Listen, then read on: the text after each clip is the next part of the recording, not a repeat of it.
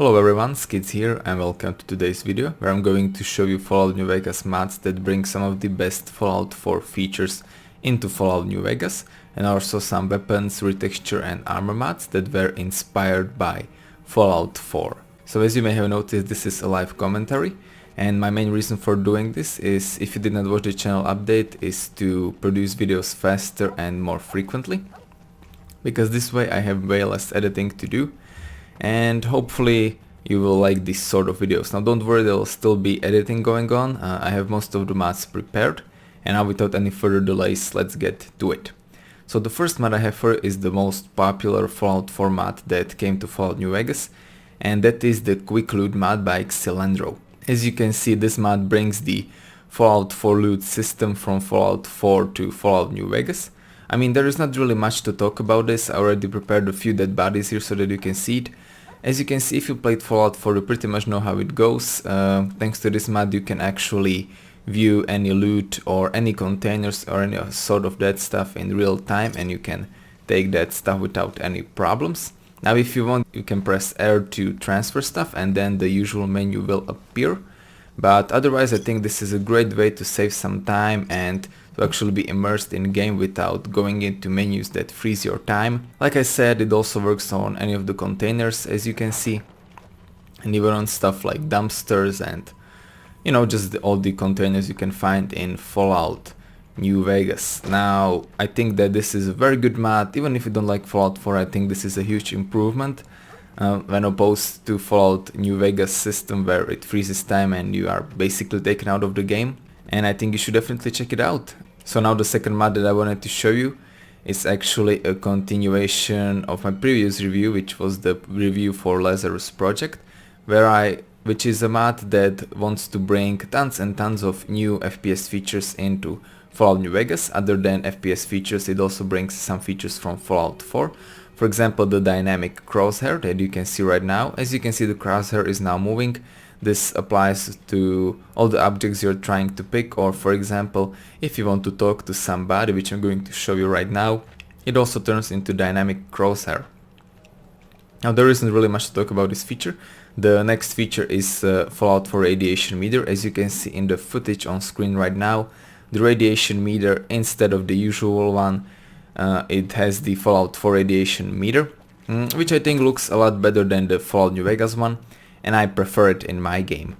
The next feature this mod offers is the item previewer, which basically, as you can see, allows you to preview any item you're going to take. Before you actually take it, you can see on the left what type of item it is, its damage, weight and value, and also its name on top, and you can either put it back like I just did, or you can also take it if you want.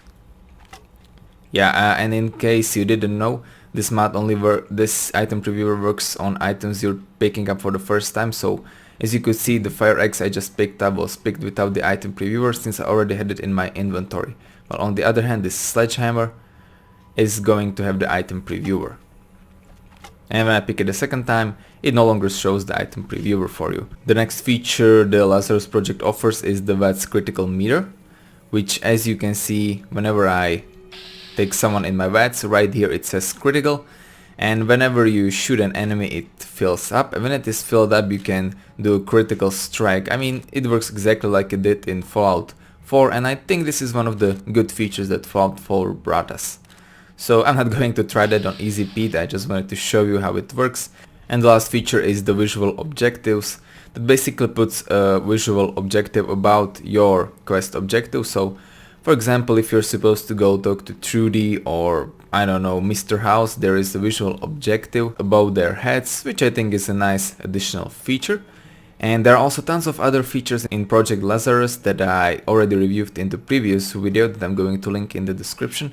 So if you want to know more about this mod, then go ahead and check it out. The next mod I have for you, you can see on screen right now, and it is Hotlike Fallout 4, which basically adds a HUD that is similar to Fallout 4 one. As you can see, it looks pretty good. I think it came out even before Fallout 4 was released. All the features of the HUD were replaced by these new ones. And personally I actually quite like it, and there is a chance I might actually use it, and that is one of the reasons why I also included it in this list. Coming up next, we're gonna take a look at crafting mat that brings, you could say, crafting from Fallout 4 into Fallout New Vegas. Now, as you all know, one of the newest features of Fallout 4 was a very big crafting system that allowed you to craft weapons, weapon modifications, and also scrap all the other items that you did not need for some additional items you could use in your crafting. Anyway, this mat adds 3 new workbenches: Armor workbench, then we've got Weapon workbench, and also Scrapping workbench into your game. Now on the Armor workbench, you can create any armor you want. Now of course you can only create vanilla armors, and as you can see on the right side, you can see the ingredients you're going to need, like adhesive, hardware, lead, and you can gain all of those ingredients by, for example, scrapping items like armors or weapons that you can do by obtaining a perk called Scrapper. As you can see, for example, Great Khan's suit armor can be scrapped for 1 scrap, for cloth, for hardware, leather, and 3 scrap metal that can be then used to create some other weapons and armors. One of the best new features that Matter added is that some of the world objectives are now scrappable items, and therefore you can now use them in your game to create armors and weapon mats. Now the third bench is the weapon bench, and like I said, it allows you to create weapon modifications. As far as I'm aware, there is no workbench for creating weapons themselves, but hopefully the modder will add that in the future as well. Hey guys, so now I've changed our location, which is now Prim. Of course, in the meantime my game crashed, so I had to restart it. Anyway, in Prim I'm going to show you 2 new weapons and also 2 small mats. So let's start off with the weapon. First one is a laser pistol replacer, which replaces the basic laser pistol with a replica of Fallout 4 one that is really similar to it.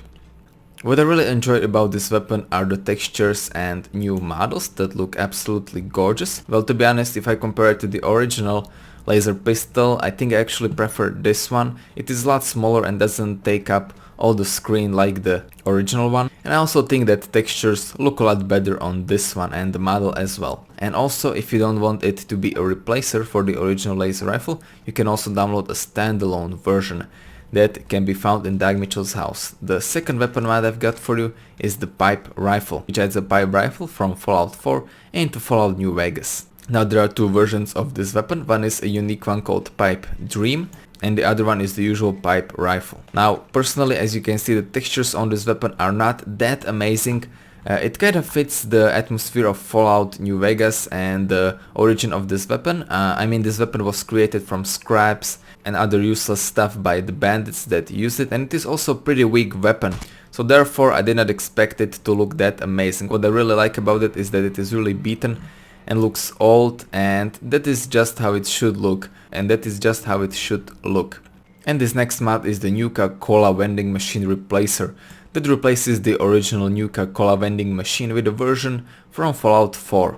As you can see, it looks pretty good. I like it way better than the original Nuka-Cola machine. This one looks more retro and I definitely do enjoy it. As you can see on the top of the Nuka-Cola machine, there is also a small moving screen that was created by a different mod that is also listed in the description. The next mod I got for you is the one that has been following me all the time, and that is this Dogmeat mod. You can find this dog in Good Springs. As soon as you fast travel there, he will start to follow you automatically and he will join you on your journey. Now, he is not very efficient in combat and he was defeated after 1 shot from any raiders or any other creatures, so he's mainly a decoration that can follow you on your way. As you can see, his textures look very good and model is great as well. He was modeled after the Fallout 4 Dogmeat you can find right at the beginning of the game, and I think that modder did a pretty good job on it. Unfortunately, he doesn't have any companion wheel and he will just follow you anywhere you go, and like I said, he's mainly a decoration or sort of a silent companion that you can use in your Fallout New Vegas. Next mod I got for ya is another mod from Xilandro called Intimidation. This mod brings Intimidation perk from Fallout 4 into Fallout New Vegas, and it brings a new layer of gameplay into your game. If you did not know what it is about, it basically allows you to pacify any enemies or allies if your charisma is high enough.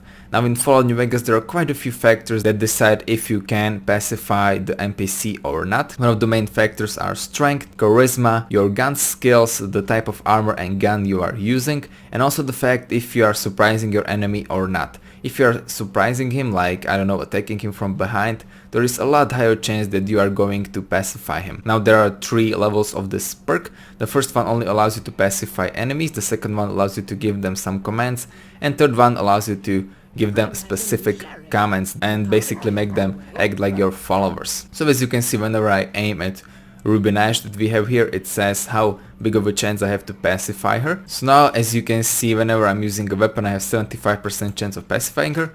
If I don't use any weapon, the chance is 0%. Let me just pacify Ruby Nash here real quick. So that way we can actually give her some commands. As you can see, she's now pacified and I can command her. Welcome back. Good to see. She's basically now acting like a normal companion. And we can, for example, trade equipment, or I can tell her to get going. As you can see, I can send her over there, I can make her attack Dogmeat, or like I said, she's basically my slave now. So now as you can see, I spawned an NPC here and Ruby can now go and attack him. Go and attack this NCR trooper, and now she's going to attack him. And unfortunately she died, yeah.